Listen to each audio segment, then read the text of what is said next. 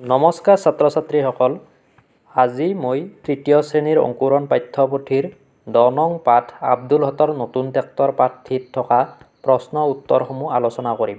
তোমালোকে ভিডিঅ'টি প্ৰথমৰ পৰা শেষলৈ চাই যাবা।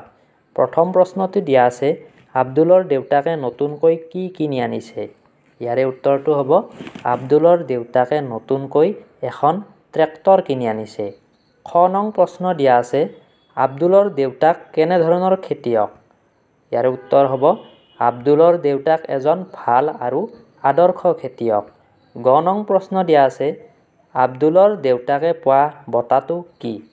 ইয়াৰ উত্তৰ হ'ব, আব্দুলৰ দেউতাকে পোৱা বঁটাটো হ'ল আদৰ্শ খেতিয়ক বঁটা। খ নং প্ৰশ্ন, উজ্জ্বল আৰু সংগীতা আব্দুল হকৰ ঘৰলৈ যোৱাৰ কাৰণ কি?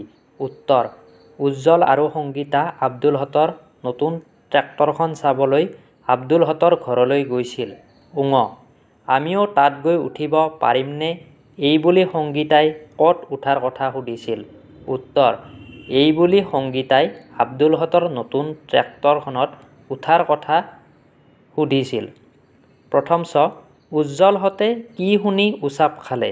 উত্তৰ, উজ্জ্বল হতে পানী তোলা কলৰ ধপ ধপ শব্দ শুনি উচাপ খালে। দ্বিতীয় চ, সেইবোৰ পচন সাৰ দলিয়াই নষ্ট নকৰিবা, ফৰিদাই কাক তেনেকৈ কৈছিল? উত্তৰ, ফৰিদাই উজ্জ্বলক তেনেকৈ কৈছিল। এতিয়া 2 নং প্ৰশ্নটো আলোচনা কৰিম। ক দিয়া আছে, পচন সাৰ কেনেকৈ প্ৰস্তুত কৰে? ইয়াৰে উত্তৰ হ'ব, গছ-গছনি, শাক-পাচলি, ফল-মূল আদিৰ পেলনীয়া অংশ বহুদিন গাঁতত পুতি থৈ পচন সাৰ প্ৰস্তুত কৰা হয়। খ দিয়া আছে, ট্ৰেক্টৰেৰে কি কি কাম কৰে? উত্তৰ, ট্ৰেক্টৰেৰে খেতি পথাৰৰ মাটি চহোৱা হয়, ট্ৰেক্টৰত ট্ৰেলাৰ লগাই মাটি কঢ়িওৱা হয়, ট্ৰেক্টৰৰ দ্বাৰা মানুহে মৰণা মাৰে। ধন্যবাদ। ভিডিঅ'টি ভাল পালে লাইক কৰিব আৰু চেনেলটি ছাবস্ক্ৰাইব কৰিব।